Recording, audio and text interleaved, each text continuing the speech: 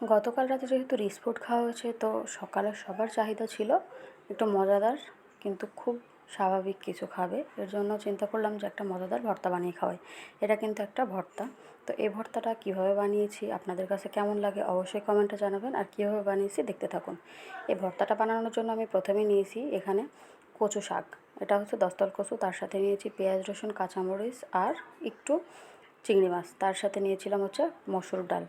এর জন্য প্রথমে আমি চুলাইতে প্যান বসিয়ে নিয়েছি আর চিংড়ি মাছটা হালকা করে ভেজে নেব, কারণ পেঁয়াজ রসুন ভাজতে হবে, তখন আবার ভাজা হবে। তো একটু ভেজে নিয়ে তার মধ্যে আমি দিয়ে দিয়েছি পেঁয়াজ, রসুন, কাঁচামরিচটা। এটাও খুব সুন্দর করে নেড়েচেড়ে ভাজতে হবে। একটু লাল লাল হয়ে আসলে তারপর আমি এর মধ্যে মসুর ডালটাও ভেজে নেব, কারণ মসুর ডালটা ভেজে নিলে সিদ্ধ হতে সহজ হবে, কারণ কচু শাক কিন্তু খুব তাড়াতাড়ি সিদ্ধ হয়ে যাবে। তো যাই হোক, এই পর্যায়ে আমি মসুর ডালটা দিয়ে একটু ভেজে নিচ্ছি, খুব বেশি ভালো করে ভেজে নিতে হবে। তো শ্বশুরবাড়িতে যখন কোনো কিছু রান্না করে খাওয়াই বা প্রশংসা করে ভীষণ ভালো লাগে। আর প্রশংসা করলে তখন কিন্তু খাওয়াইতেও ইচ্ছা করে।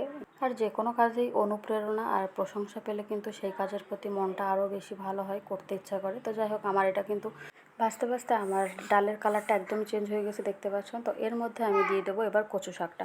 কচু শাকটা দেওয়ার পরে এটা বেশ কিছুক্ষণ নেড়ে চেড়ে তারপর ঢেকে দিতে হবে।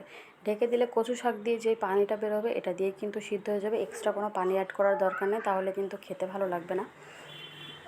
এই যে এবার আমি ঢেকে দিচ্ছি, ঢেকে দিয়ে কিছুক্ষণ অপেক্ষা করব। তারপরে দেখেন অনেকটা নরম হয়ে গেছে, ডালগুলোও কিন্তু ওর মধ্যে নরম হয়ে যাবে। এই জন্য আলাদা এক্সট্রা কোনো পানি দেওয়ার দরকার নেই।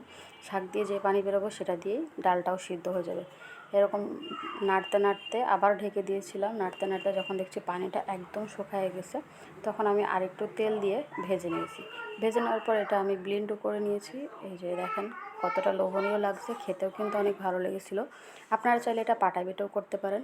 তো যাই হোক, আমার ভিডিওটা কেমন লেগেছে অবশ্যই কমেন্টে জানাবেন। আর আমার শ্বশুরবাড়ির সবাই কিন্তু এটা খুব পছন্দ করেছে, সবার অনেক ভালো লেগেছে। ধন্যবাদ সবাইকে।